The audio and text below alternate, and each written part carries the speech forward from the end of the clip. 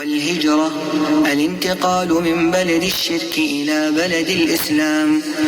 والهجرة فريضة على هذه الأمة من بلد الشرك إلى بلد الإسلام، وهي باقية إلى أن تقوم الساعة. والدليل قوله تعالى: إن الذين توفاهم الملائكة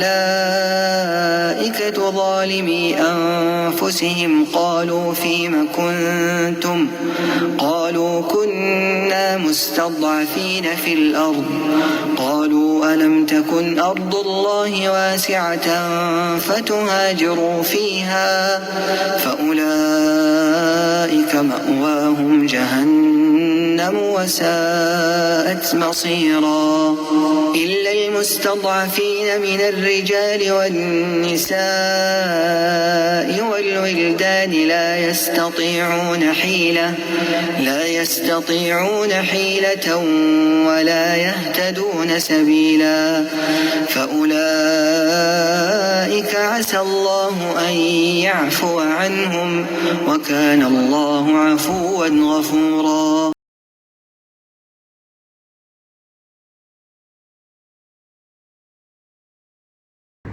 Assalamu alaikum wa rahmatullahi wa barakatuh. Welcome to another video. Been a little busy, so I didn't follow up with my concluding statements on my Yemen series, but I'll do that in another video. We're down here at Al-Kasbah in Al-Khan, Sharjah.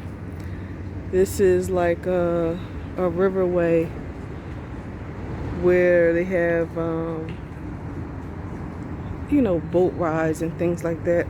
I just took a walk around the place to see where it led to, and this waterway just leads to like a little island where I think they go jet skiing and things like that. I will have to cover that in the daytime so that you can see.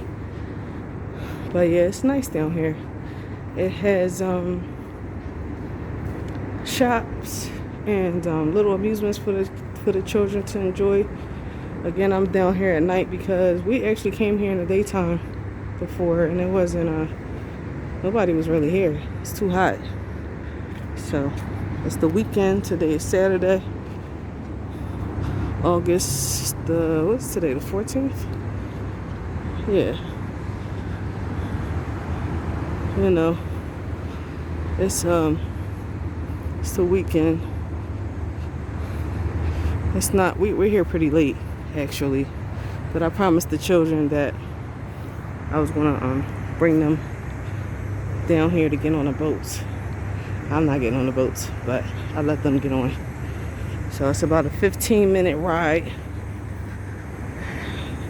They're gonna get on there, and I told them where to meet me when they get finished. But I wanted to actually talk about, just give a little brief advice on it being 100% natural to be afraid. When you're going on a new journey and it's uncertainty, leaving the familiar for the unfamiliar. It's very, very frightening. But you practice, put your tawakkul in practice, then all your fears will go away.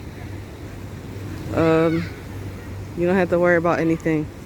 Allah will come to your aid, and He promises us that He's going to aid you.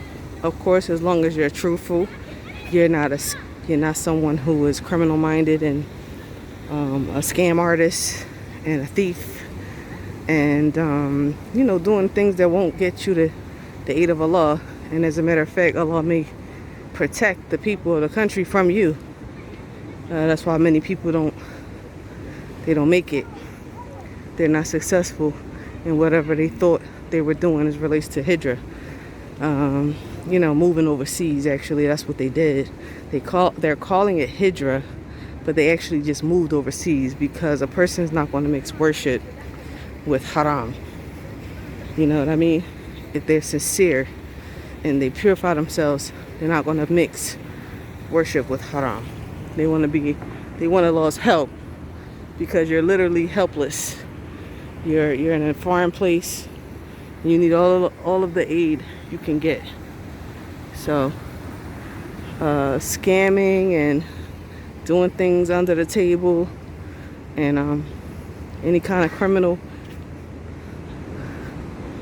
or underground activity won't get you the aid of Allah, and a lot of people have to leave. So I think these are no, that's somebody else. Okay, that's another boat. That's not my children. I thought that was my children. No, it's not. It's someone else. But yeah, I also wanted to talk about how when you're here independent, because you know I'm here independently, and when you talk to other people who have businesses and you hear their stories about the money that they lost, but they're still standing, they're still here. Typically, of course, these are people from other countries, India, Pakistan, Morocco, things like that, who primarily came here for money, actually, for a better life, but they came to the Muslim lands. So that wouldn't be, I'm not going to say it wouldn't be considered hijrah, astaghfirullah, because you can't make hijrah from a corrupted Muslim country to a less corrupted Muslim country. So I'm not going to say stuff with Allah. There's no hijrah from a Muslim country to that's a lesser hijrah. But anyway, a lot of them came over here primarily for a better life financially, but they understand life, right? And they put their all into it because they know that if they don't, there's nothing for me back home. So I have to make this work. So their determination a lot of the times, but they couple it with tawakkul, is based off of survival. They have people to take care of. You know, I don't have anything else, so I'm going to make this work. And they have tawakkul at the same time, of course, being groomed and raised with that mindset. So basically, you practice tawakkul in every aspect. You know, you put your trust in Allah in every single thing, any way possible, or ways that you didn't even think was possible to put your trust in Allah. You have to practice mentally putting your trust in Allah.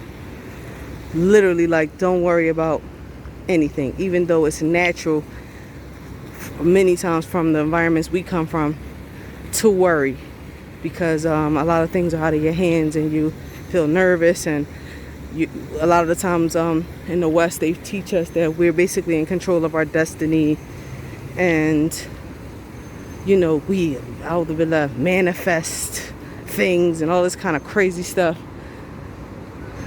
You know, the Muslim knows and understands. He can't believe like that. He knows, or he should know, and he should be practicing and submitting to the fact that Allah is in control of all affairs.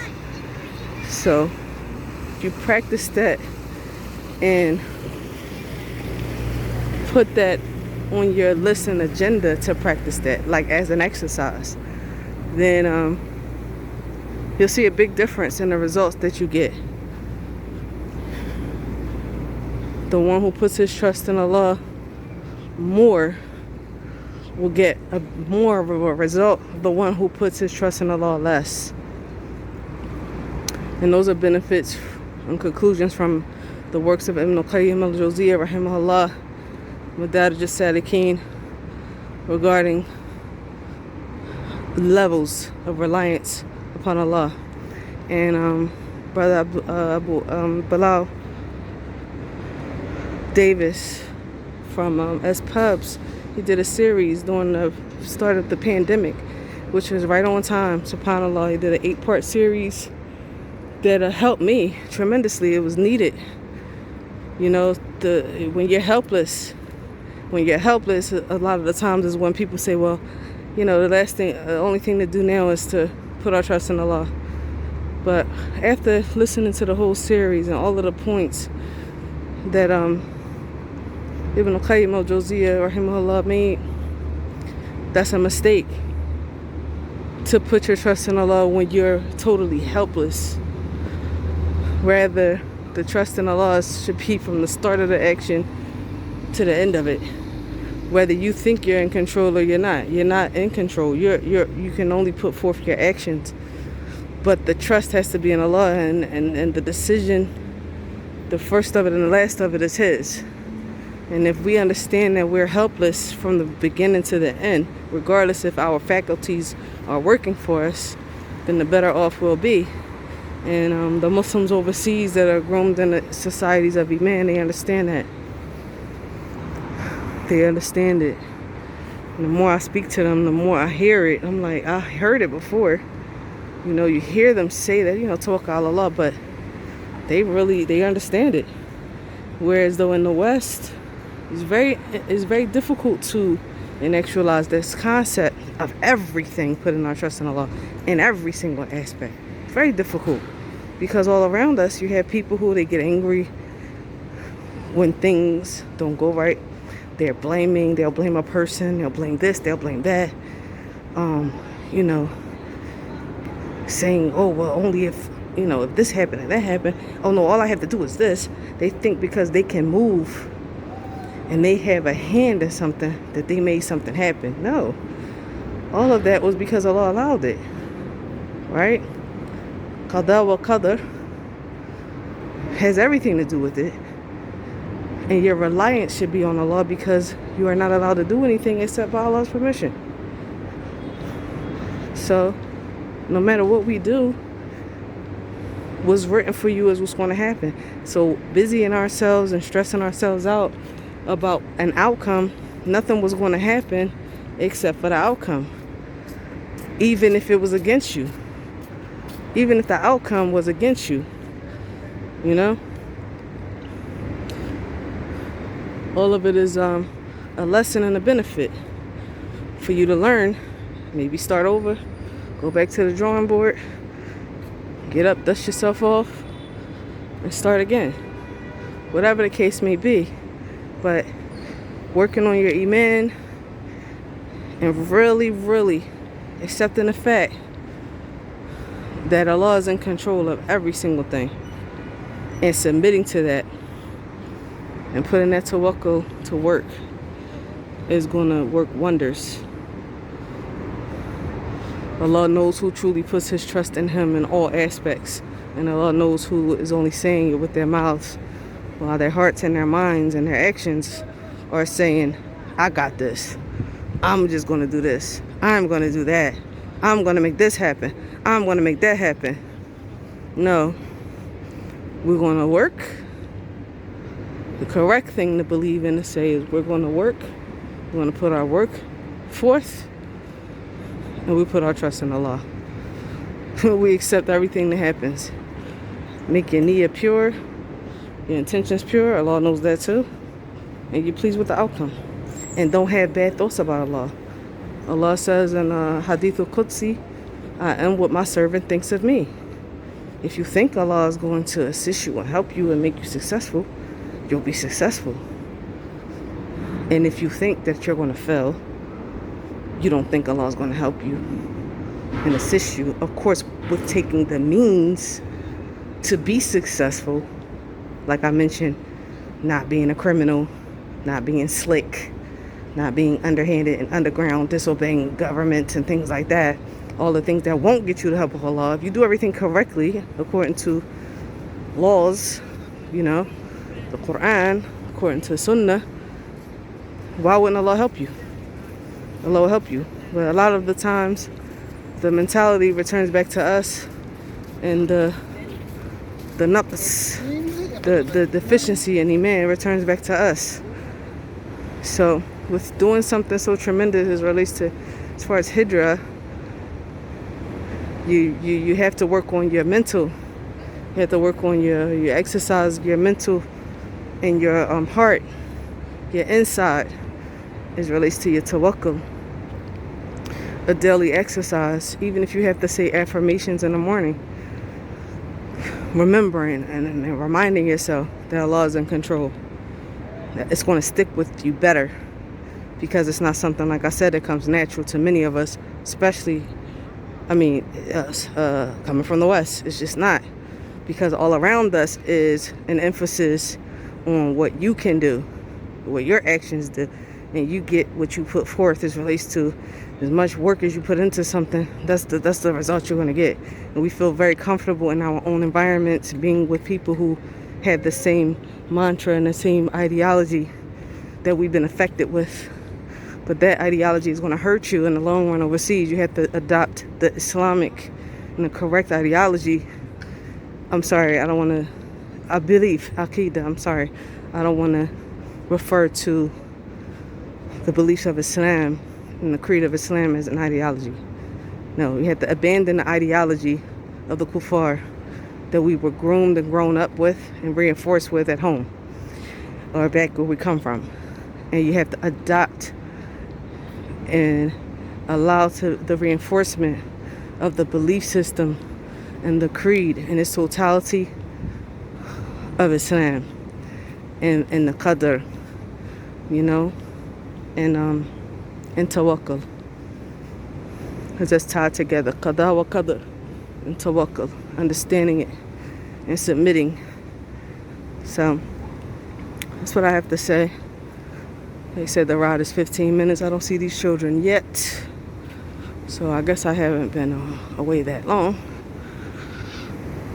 But yes, I think I want to do another video, but that's the end of this one. It relates to tawakkul. And I will see you in the next video. Please don't forget to like, share, and subscribe. I thank you for tuning in and listening. And please comment, let me know your thoughts, any tips and advice for those who may come across this video and you want to add your commentary and your ideas, then please do. Okay, until next time, ma salama.